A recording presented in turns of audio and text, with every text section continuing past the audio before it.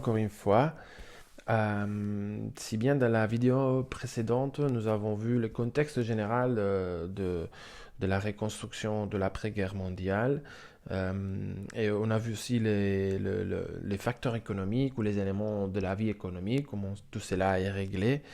Euh, Nous allons voir aujourd'hui, pas aujourd'hui, bon, c'est le même jour en fait. Nous allons voir dans cette vidéo comment sera la reconstruction politique de la République française, de la quatrième République française. Alors, quelle est la situation en France après la guerre du point de vue politique? Comme on a déjà dit dans la vidéo précédente, il y a une union très importante autour de la figure de De Gaulle et de la résistance. Ok, donc, la reconstruction politique va s'organiser autour de ces deux éléments. La figure du général De Gaulle, qui est devenu une sorte de chef on peut dire de facto, mais pas officiel ou légitime, ou légal, mais légitime, parce qu'il a, non, il a envisagé l'appel à la résistance et il a organisé depuis Londres avec des autres leaders mondiaux la reconstruction de la France et la victoire dans la guerre mondiale. Donc, la résistance et De Gaulle vont devenir des facteurs très importants. À partir d'ici, on va créer le gouvernement provisoire de la République française, okay, qui fait partie, on peut dire, tous les spectres politiques. Les communistes, les socialistes, les démocratiens et aussi les radicaux. Okay. Quel est le but de ces gouvernements provisoires de la République française dès ses débuts? L'objectif, c'est de faire reconnaître son autorité d'État. Okay? Récupérer cette idée de que l'État doit reprendre le contrôle de la société, de la vie politique. Et pour faire cela, on va mener des actions très importantes. D'abord, désarmer la résistance. Donc, on n'est plus en guerre. Il ne faut pas être armé et résister à rien. Et aussi la légalisation du Parti communiste français qui avait été illégalisé après les accords Ribbentrop-Molotov, je vous rappelle, on les a étudiés. Donc avec cela, on cherche de montrer à la population française que l'État récupère son autorité. Un État, pour l'instant, représenté par le gouvernement provisoire de la République française, dont De Gaulle devient le chef et les principaux représentants. Au niveau politique institutionnel, ok, il faut donc se mettre à reconstruire les institutions républicaines. Alors, le résultat, ok, je vous fais un peu de spoiler, mais le résultat, c'est que après des discussions qu'on va avoir aussi, parce qu'elles sont importantes pour comprendre la période, et notamment ce qui arrivera après, avec la Cinquième République, malgré l'échec global, on peut dire, de la Troisième République, okay, qu'elle n'a pas été capable de résister, par exemple, l'invasion nazie ou la collaboration, euh, la Quatrième République va rester fidèle à l'esprit parlementaire qui avait été déjà imposé depuis 1875 avec les lois officielles, les amendements Vallon, les lois officielles de la Troisième République. Euh, Ce projet de république parlementaire qui imite, on peut dire, à la troisième, sera proposé et mis en place par le parti qui vont avoir la majorité. Nous allons les voir tout de suite, mais qui seront le Parti socialiste, la SFIO, et le Parti communiste. En l'année 45, le gouvernement provisoire de la République française va convoquer des élections législatives et des questions au référendum. Okay. Les questions sont si les Français acceptent que l'Assemblée élue dans les élections aussi prévues, législatives, soit constituante, c'est-à-dire qui commence à organiser la mise en place d'une nouvelle constitution et donc discuter la forme institutionnelle de la République. Et si, et la deuxième question qui est peut-être moins importante parce qu'elle dit si le Français accepte que la votation au référendum soit valable pour reconstruire la République en fait sous les principes d'un projet de loi. Et bon, c'est pour légaliser en fait la votation. C'est la deuxième question. Ok. Mais l'important c'est que le résultat, bien évidemment, sera 7% dans ces villages, que je connais pas les noms, mais le résultat global sera, je pense, 89% de oui. Donc la République commence sa reconstruction et elle va le faire avec une Assemblée nationale qui aura ses couleurs. Ok? Vous voyez que le rouge domine, la gauche domine. La gauche, il faut le dire, elle sort très renforcée du conflit mondial, de la Deuxième Guerre mondiale, parce que le communisme et le socialisme sont vus comme les éléments qui ont mené le partisan à se battre contre le fascisme. Ok? Donc la popularité, on peut dire, du Parti communiste à l'époque, du Parti socialiste, de la SFIO à l'époque, et de ceux qui se proclament des gauches, quoi qu'il en soit à la forme de leur parti, va provoquer une vaste majorité à l'Assemblée nationale française lors des élections du 21 octobre 1945. Ok.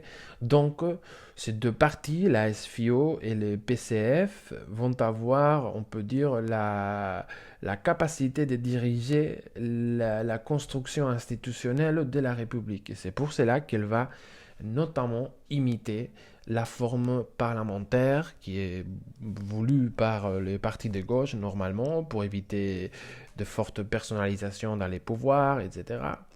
Et qui va donner la forme finale à la République. Alors, vamos allá. Et comment se développe cette reconstruction institutionnelle ou comment se développe la politique dans ces circonstances? D'un côté, De Gaulle, figure majeure, mais jugé idéologiquement comme centre-droite, démocratien, conservateur, mais une majorité à l'Assemblée nationale très importante des gauches, SFIO, PCF. D'abord, trois facteurs, trois idées pour bien comprendre ce qui va se passer après. Premièrement, à gauche, on peut lire reconstruction et renouvellement des partis politiques. Bien évidemment, la reconstruction de la République signifiera aussi une reconstruction de la vie politique en général. Donc, il y a l'apparition de beaucoup de partis qui se réclament la plupart d'entre eux se proclament des héritiers de la résistance, etc.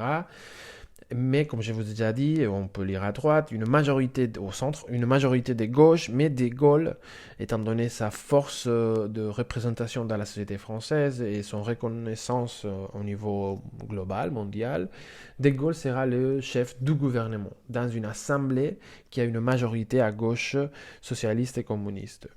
Cette situation-là va provoquer, en fait, et c'est là, on peut le lire à droite, des difficultés, notamment des difficultés très importantes pour élaborer une nouvelle constitution. Okay? Des fortes discussions autour de la forme de la République.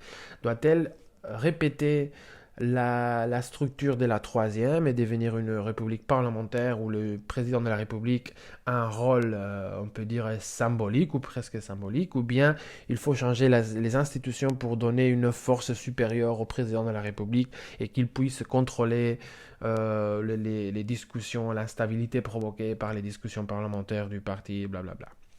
Cette comparaison entre la quatrième et la cinquième, on le parlera à la fin de l'unité, ok, avec de graphiques, une sorte de comment dire, de plan que je vais vous expliquer, que je pense que ce sera beaucoup plus clair et facile à voir.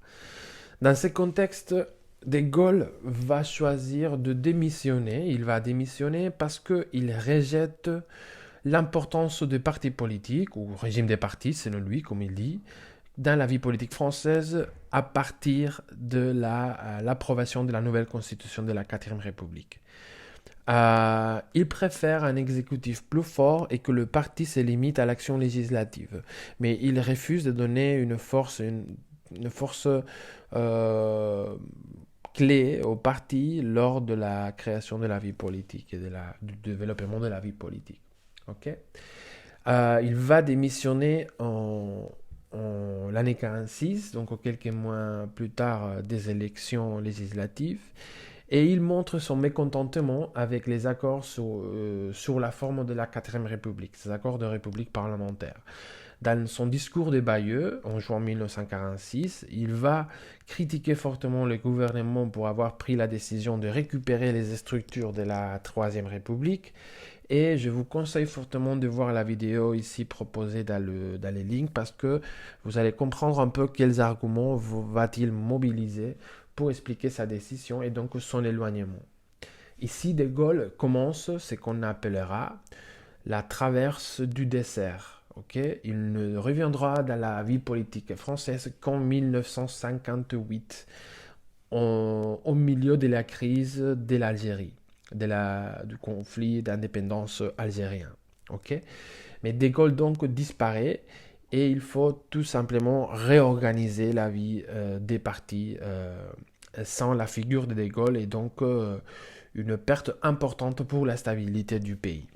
Une fois De Gaulle est parti, nous allons voir comment se développent ces débuts difficiles de la 4ème République.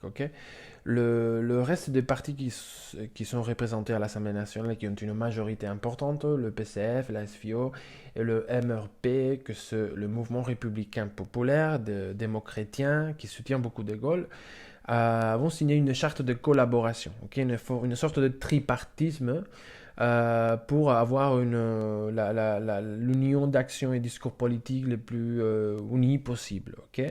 Qu'est-ce que ça permet? Ça permet d'assurer de l'instabilité institutionnelle et le fait que la 4ème République peut naître et peut développer ses actions politiques et ses mesures dans une certaine stabilité. Ça suffit? Non. Et pourquoi pas? Bon, c'est parce que il va y avoir plusieurs éléments. D'abord, le tripartisme explose parce que le Parti communiste français en sort à cause de la politique internationale. Il soutient l'Union soviétique, bien évidemment, dans la guerre froide. Il n'accepte pas l'argent du plan Marshall et il soutient l'indépendance des territoires français, ce qui choque frontalement avec la SFIO et le MRP.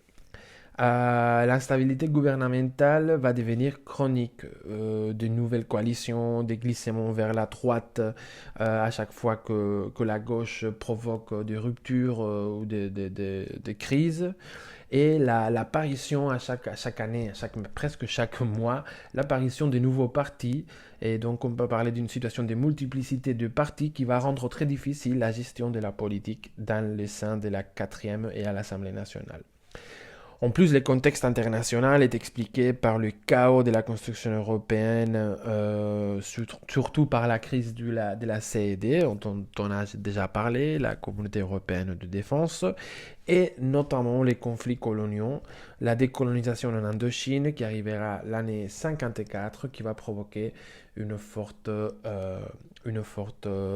rupture et un fort procès d'instabilité dans les gouvernements. Et on se situe déjà donc en mai de l'année 54, au Vietnam, à Dien Bien Phu, l'armée française a subi une défaite énorme qui a provoqué une crise de gouvernement énorme. La société semble ne pas faire confiance à son gouvernement et la crise coloniale situe la France dans un impasse, dans un moment de difficulté politique et autant nationale comme internationale, très très très important. Pardon. On s'arrête ici, et pour la 3e vidéo, je vais vous parler des crises coloniales de l'Indochine et de l'Algérie. Merci bien, à tout à l'heure.